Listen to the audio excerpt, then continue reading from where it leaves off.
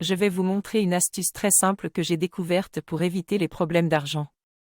Il suffit d'accrocher un vrai billet de 50 €, ou l'équivalent dans votre monnaie, au-dessus de votre porte d'entrée avec 4 punaises. Il ne faut jamais le retirer, sauf pour le remplacer si le billet vieillit ou jaunit.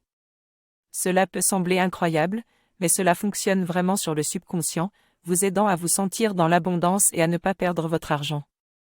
Si vous avez beaucoup de visiteurs, accrochez-le haut pour éviter les vols.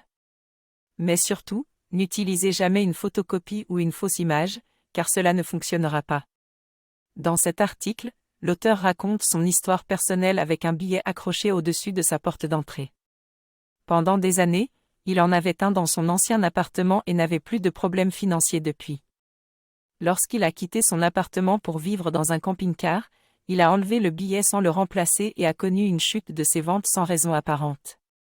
Après avoir fait le lien avec le billet, il en a remis un au-dessus de la porte de son camping-car et a depuis remarqué une remontée de ses ventes, des retours d'argent non prévus, et de bonnes affaires. Selon lui, le subconscient est comme un enfant qui voit le billet accroché chaque fois que l'on franchit la porte d'entrée et cela a un impact positif sur nos finances. En lisant cet article, je comprends que si j'ai une petite somme, comme 50 €, cela peut m'aider à me sentir rassuré et avoir confiance en l'avenir. Vivre dans le présent et savoir que j'ai accès à cette somme en cas de besoin me permettra de ne plus avoir peur de manquer d'argent. Cela me rendra plus à l'aise au travail, me donnera peut-être l'envie d'investir plus et me libérera des considérations matérielles.